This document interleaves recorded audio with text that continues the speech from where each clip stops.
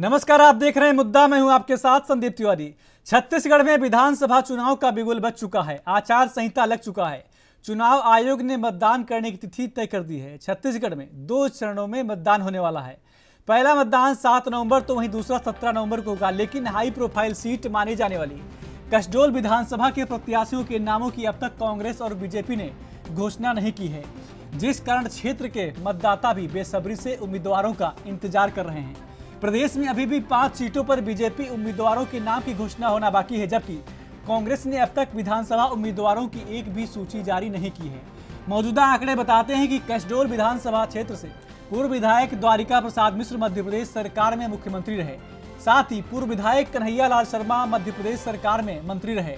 कसडोल विधानसभा में बीजेपी और कांग्रेस दोनों दलों में प्रमुख मुकाबला रहता है। 2018 के चुनाव में बीजेपी से पूर्व विधानसभा अध्यक्ष रहे गौरी शंकर अग्रवाल को वर्तमान विधायक एवं संसदीय सचिव शकुंतला साहू ने 48,000 वोटों से पराजित किया था। कसडोल विधानसभा में बीजेपी से गौरी शंकर अग्रवाल, श्यामबाई साहू, राजकुमार जायसवाल, महेंद्र मोनू साहू, रामेश्वर धीवर, लक्ष्मी साहू टिकट के कतार में खड़े दिख रहे हैं। आपको बता दी कि रोजाना राजधानी के चक्कर काट रहे नेताओं से मुलाकात की दौर अब भी जारी है। ठीक हाल कांग्रेस का भी यही है।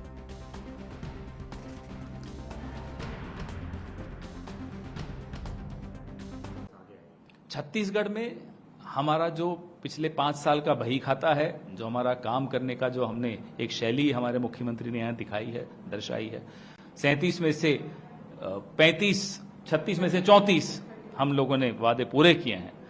मुझे नहीं लगता कोई ऐसी सरकार, कम से कम भाजपा की कोई ऐसी सरकार नहीं होगी जिसने इतनी अच्छी परफॉर्मेंस करके दिखाई, बावजूद इसके कि 2.5 साल कोविड को कुर्बान हुए।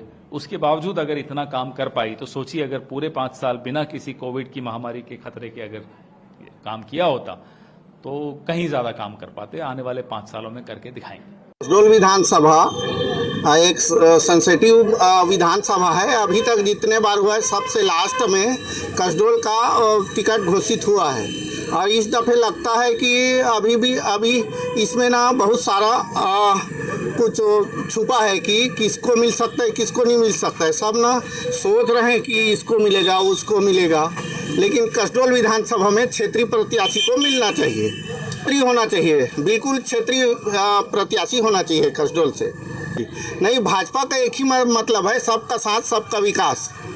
और अभी जो विकास हम लोग जो 15 साल में विकास किए हैं उसी के मुद्दे पर अगली जो चुनाव है उसमें हम जाएंगे। कांग्रेस पार्टी वर्तमान में जो है यहाँ पे भूपेश बघेल जी की जो किसान हितैषी जो नीतियाँ हैं, युवाओं के संदर्भ में जो नीतियाँ हैं और तमाम प्रकार की जो बातें हैं, आंगनबाड़ी कार्यकर्ताओं से लेके कोटवार से लेके सभी के हित में जो है। और सबसे प्रमुख चीज छत्तीसगढ़, यह बात कुछ भूपेश बघेल जी ने जो आगे बढ़ाया है यह हमारा सबसे प्रमुख आधार है। छत्तीसगढ़ की पहचान आज भारत ही नहीं विश्व में हो रही है, ये सबसे बड़ा हमारा आधार है। यहाँ पे के जहाँ प्रत्याशी के संदर्भ में बात है तो वर्तमान में शकुंतला साहू जी हमारी यहाँ की सिटिंग एमएलए हैं, संसदीय सचिव हैं और युवा एक व्यक्तित्व है यहाँ पे। उनके नेतृत्व में ही जो है हम यहाँ पे चुनाव लड़ेंगे, ऐसा मुझको विश्वास है। पार्टी के ये विरोध जो है यहाँ पे, विरोध के संदर्भ में मैं संक्षेप में यही कहूँगा, ये विरोध जो है प्रायोजित विरोध है। यहाँ पे कुछ एक जो लोग हैं वो एक किसान की बेटी को पद में जो बैठे देख के, यहाँ पे कि साहू समाज की जो बेटी यहाँ पे पद में जो बैठी है, इसको देख के उनके अंदर में एक भरदराहट है यहाँ पे और वो अपने संसाधन के माध्यम से यहाँ पे प्रायोजित विरोध करा रहे हैं। इसकी मैं निंदा करता हूँ। विरोध की कहीं कोई बात नहीं है। रही बात शकुंतला साहू जी के वर्तमान कार्यकाल के संदर्भ में, तो मैंने आपको पहले भी एक इंटरव्यू में मैंने कहा था, नजरिए की बात है कि गिलास में पानी कितना भरा है कितना खाली है। 60% पानी भरा हुआ है, 40% खाली है। बात प्रायोजित बातें हैं। जो विरोध की जो बातें आई हैं, नगर पंचायत अध्यक्ष नीलू चंदन साहू के संदर्भ में बातें आई हैं। जब यहाँ पे कार्यक्रम हुआ, पलारी संडी से यहाँ पे कार्यक्रम की शुरुआत हुई और समापन कसडोल के बजरंग चौक में हुआ। यह महात्मा गांधी वार्ड नंबर 10 में आता है, जहाँ का मैं स्वयं मतदाता हूँ। वहाँ की वर्तमान में कांग्रेस की पार्षद नीलू चंदन साहू जी हैं और जो नगर पंचायत के अध्यक्ष उसके बाद में यहाँ पे बनी हुई है। कायदे से उनका एक दायित्व था कि उनको यहाँ की व्यवस्था को देखना चाहिए था, लेकिन वो वर्तमान में अपने मूल दायित्व से भटक के विधानसभा चुनाव में दावेदारी के संदर्भ में प्रायोजित ढंग से किसी के माध्यम बन के जो काम कर रही है। और यहाँ पे उनको नीलू चंदन साहू जी का कोई भी प्रकार से विरोध की कोई बात नहीं थी। उस कार्यक्रम में मैं स्वयं शामिल था। हितेन ठाकुर जी जिला कांग्रेस कमेटी अध्यक्ष अध्यक्ष ने यह बात कहा, समय को देखते हुए यहाँ ज्यादा कोई नहीं बोलेंगे, 3 लोग बोलेंगे यहाँ पे। तो वहां पे चूंकि मैं किसान महासंघ का संरक्षक भी हूँ और वहां का मतदाता भी हूँ, स्वागत भाषण के लिए मुझको कहा दायित्व सौंपा गया था, 3 लोग बोलते हैं। उसके बाद आभार प्रदर्शन के लिए नगर पंचायत के अध्यक्ष नीलू चंदन साहू बहू का यहाँ पे नाम था, जिसकी बात मुझको मिला के आप कैसे देखते हैं, जीत के लिए आश्वस्त है? बिल्कुल बिल्कुल, हम यहाँ पे पुरजोर ढंग से यहाँ पे जीतेंगे। शकुंतला साहू जी के नेतृत्व में हम यहाँ पे चुनाव जीतेंगे। प्रत्याशी हमारे बीच में परसों की बैठक ने तय कर दिया कि शकुंतला साहू जी को ही यहाँ के जनमानस और हमारे कांग्रेस जन प्रत्याशी के रूप से देखते हैं हम।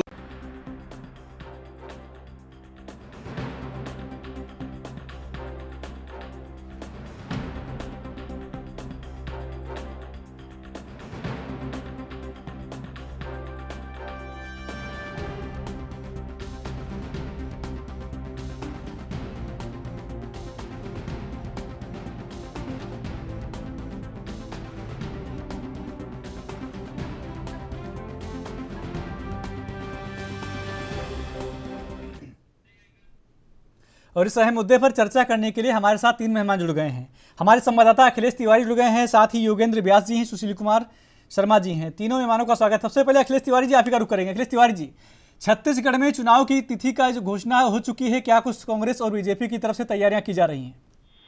देखिए, टिकट तो जारी कर दिया गया है, लेकिन भाजपा की तरफ से अब तक के 5 जो ऐलान है वो नहीं किया गया है, जिसमें कसडोल एक खास विधानसभा है जहां से पूर्व विधानसभा अध्यक्ष गौरीशंकर अग्रवाल आते हैं। लेकिन एक बात तो स्पष्ट नजर आ रही है, जिस तरीके से वितरण किया गया है, टिकट का विभाजन किया गया है, इसमें कहीं ना कहीं आपसी कलह दिखती नजर आ रही है। और शीर्ष जो के नेता है वो अपने आंकड़े और जो सर्वे रिपोर्ट कराए थे उसी के आधार पे तय करने वाली थी, लेकिन अब तक के तय नहीं हो पाना कहीं ना कहीं आपसी कलह की ही वजह माना जा रही है। एक तरफ भाजपा वाले लोगों में होड़ भी लगी हुई है कि कसडोल विधानसभा को हमको चाहिए, एक युवा प्रत्याशी चाहिए के तौर पे ही माना जा रहा है, लेकिन ऐसे निर्णायक फैसला नहीं हुआ है। निश्चित तौर पे अब क्या इसमें पार्टी जो फैसला ले पाती है, लगातार हम लोग सवाल भी कर रहे हैं, लेकिन अब तक के कुछ फैसला नहीं ले पा रही है। आखिर किस चीज का वेट कर रहे हैं, ये सीधा सीधा आरोप कांग्रेस भाजपा के ऊपर लगा रही है। और कांग्रेस वाले लोगों का साफ कहना है कि जो यहाँ के स्थानीय के तौर पे है, अगर युवाओं को दिया जाता है तो निश्चित तौर पे सफलता हासिल होगी और कांग्रेस युवाओं को ही अपनी टिकट देने के लिए, वितरण करने के लिए तैयारी कर रही है। जय तिवारी। बिल्कुल अखिलेश तिवारी जी, आप बने रहिएगा हमारे साथ और भी लोग जुड़े हुए हैं। सुशील जी, आपका रुख करेंगे। सुशील जी, जिस प्रकार से देखा जाए छत्तीसगढ़ में कुछ ऐसी सीटें हैं जहां पर बीजेपी का अभी तक खाता नहीं खुला है, क्या माना जाए कि एक तो दूसरी बात यह है कि बीजेपी के पास कोई सीएम फेस भी छत्तीसगढ़ के लिए नहीं है, तो क्या छत्तीसगढ़ में जो हवा चल रही बीजेपी की वो कुछ ठीक ठाक देखने को नहीं मिल रही है? क्या इसका नुकसान बीजेपी को हो सकता है कोई?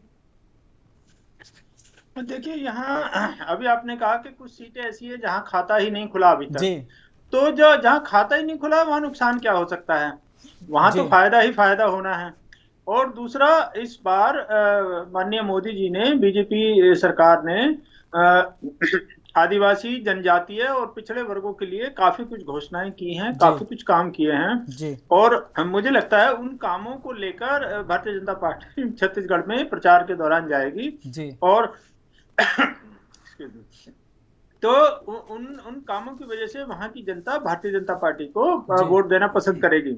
तो जो भी वोट मिलता है वहां, वो भारतीय जनता पार्टी के खाते में प्लस ही जाएगा, उसमें नुकसान वाला तो कोई मामला है ही नहीं, क्योंकि जहां आप जीरो में हो उससे ज्यादा क्या जाओगे।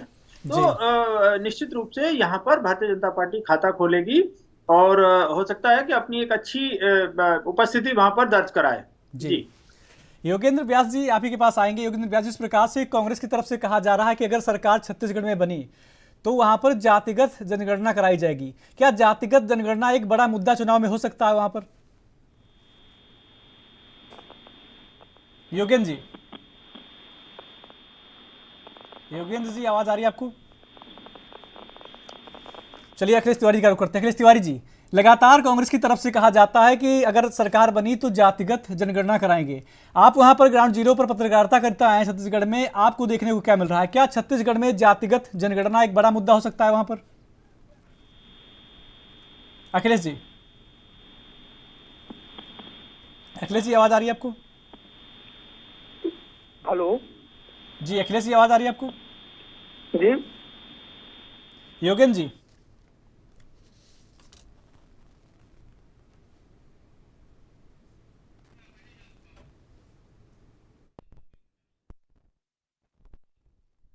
हटा तो दिया करो स्क्रीन से।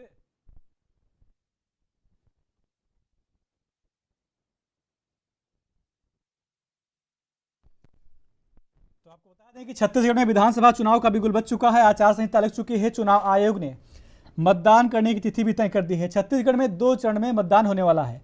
पहला मतदान 7 नवंबर, वहीं दूसरा 17 नवंबर को होगा।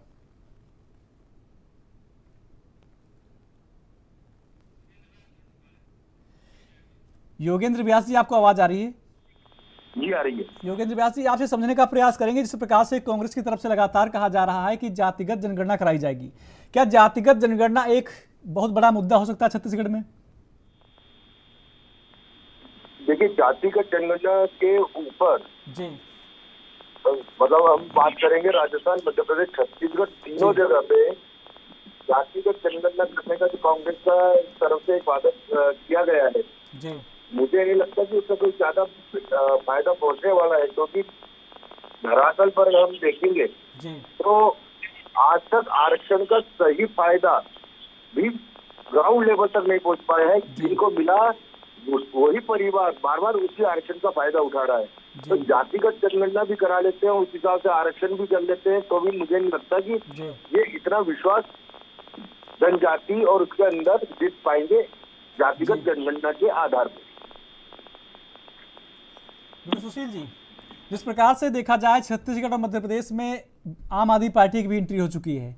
लगातार यह पंजाब के सीएम भगवंत मान भी वहां पहुंचे थे और वो कह रहे थे कि पहले अच्छे दिन नहीं आए, लेकिन अब सच्चे दिन जरूर आएंगे। आम आदमी पार्टी की एंट्री बीजेपी और कांग्रेस किसके लिए सबसे ज्यादा घातक हो सकती है, क्योंकि कहीं ना कहीं किसी के तो वोट कटेंगे वहां पर? देखिए, आम आदमी पार्टी की एंट्री सबसे ज्यादा तो घातक है कांग्रेस के लिए जी, क्योंकि अभी तक जिन भी स्टेट्स में आम आदमी पार्टी ने अपनी पहुंच बनाई है, अपनी पकड़ बनाई है या सरकार बनाई है, दिल्ली और पंजाब में, वहां इन्होंने कांग्रेस के परंपरागत वोटर को खा गए हैं। ये जी, उन्हीं जो कांग्रेस का परंपरागत वोटर था, जो 1-2 पीढ़ियों से भक्त था कांग्रेस का, और वो भारतीय जनता पार्टी के साथ नहीं जाता था, खासकर इसमें खास समुदाय के लोग हैं जी, तो उनकी वोट चली जाती है आम आदमी पार्टी को।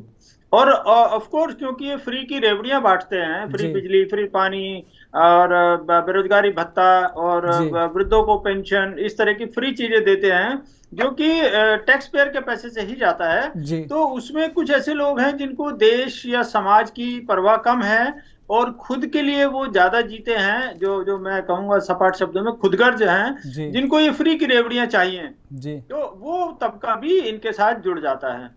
तो क्या होता है कि इसमें जब कांग्रेस का सारा वोट कट गया या बहुत सारा कांग्रेस का वोट कट गया और कुछ कुछ वोट बाकी पार्टियों का भी कटता है, तो वो उस तरह से ये नुकसान तो दूसरी पार्टियों को देते हैं।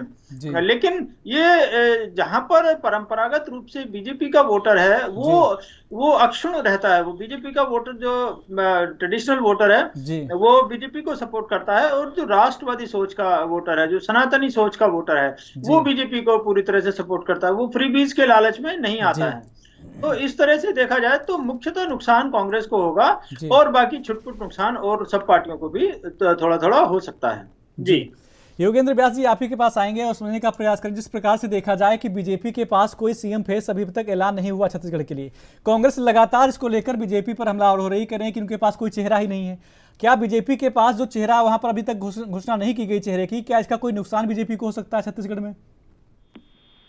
मुझे नहीं लगता, कारण क्या है, पिछली बार आपने देखा होगा रमन सिंह की सरकार चली थी, बाकायदा पूरे काफी लंबा समय उन्होंने शासन किया था और मुख्यमंत्री पद की घोषणा, ये तो अब आपने अभी तक देखा होगा कि बीजेपी में अचानक से कोई एक नया चेहरा आता है, वो आकर के सीएम बन जाता है। ये हमने महाराष्ट्र में भी देखा था जब देवेंद्र फडणवीस का नाम आया था, यूपी में जब योगी जी का नाम आया था, तो काफी कयास लगते थे कि पुराने सीनियर नेताओं को मिलेगा, लेकिन एक नया चेहरा सामने लेके आए थे और उन्होंने भी बहुत अच्छा काम किया। हो सकता है छत्तीसगढ़ में भी जो आला कमान है भारतीय जनता पार्टी का, उन्होंने दिमाग में कोई एक नया चेहरा कर रखा हो और उसको हो सकता है वो प्रोजेक्ट करे बाद में। लेकिन चुनाव अभी जो लड़ा जाएगा वो बगैर सीएम फेस से चुनाव लड़ा जाएगा। ये बिल्कुल सेम इसी तरह से मध्य प्रदेश में हो रहा है, यही चीज राजस्थान में हो रही है। CM face Bharatiya Janata party की तरफ से अभी तक कोई बताया नहीं जाए। जी बिल्कुल योगेंद्र जी, अभी सुशील जी के पास आएंगे, ज्यादा चर्चा करेंगे, उससे पहले छोटे से ब्रेक के लिए रुकते हैं, ब्रेक के बाद वापस आएंगे, चर्चा करेंगे।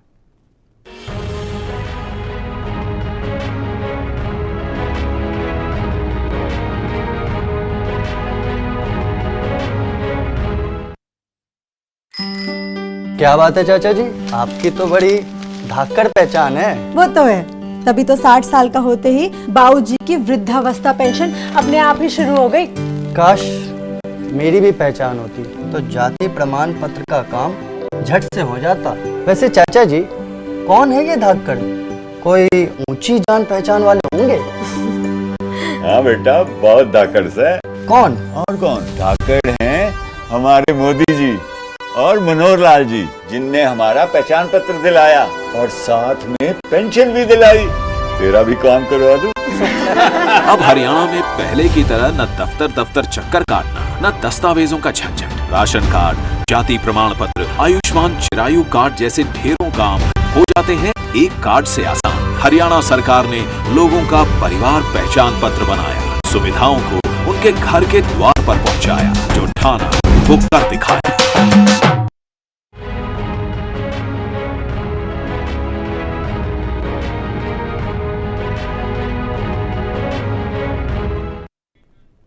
ब्रेक के बाद स्वागत है आपका, सीधे मेहमानों का रुख करते हैं। सुशील जी, आप ही के पास आएंगे और समझने का प्रयास करेंगे कि छत्तीसगढ़ की अगर बात करें तो छत्तीसगढ़ में कांग्रेस और बीजेपी में, दोनों पार्टियों में सबसे ज्यादा मजबूत स्थिति में कौन है? क्योंकि वहां पर एक नारा भी चलता है, भूपेश है तो भरोसा है। क्या है भरोसा वहां पर कायम रहेगा सुशील जी?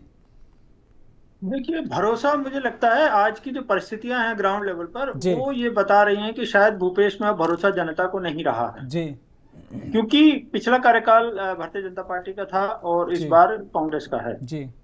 तो अभी हमारे साथी प्रवक्ता ने ये बताया भी कि बिना मुख्यमंत्री के चेहरे के भारतीय जनता पार्टी वहां इलेक्शन लड़ेगी और ये भारतीय जनता पार्टी का एक अपने आप में आत्मविश्वास दर्शाता है कि जब केंद्रीय नेतृत्व मजबूत है तो मोदी जी के चेहरे पर इलेक्शन लड़ा जाएगा और उनको छत्तीसगढ़ में जीत दिलाने की कोशिश की जाएगी।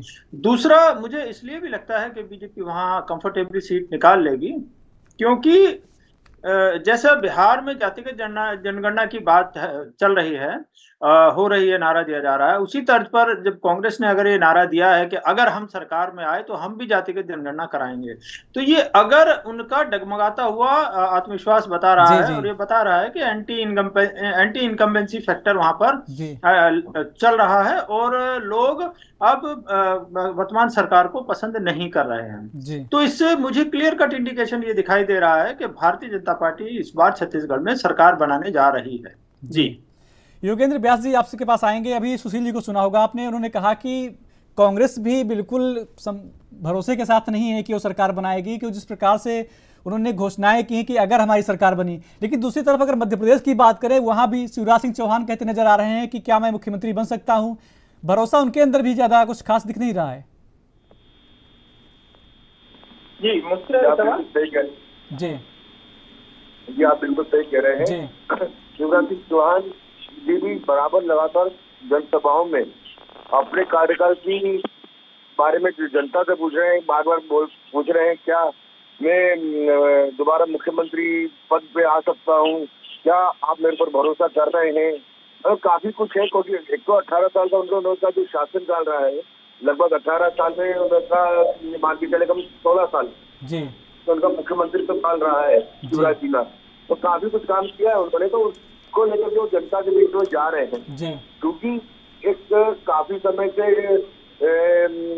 मुख्यमंत्री पद के ऊपर काबिज है वो, तो हो सकता है क्योंकि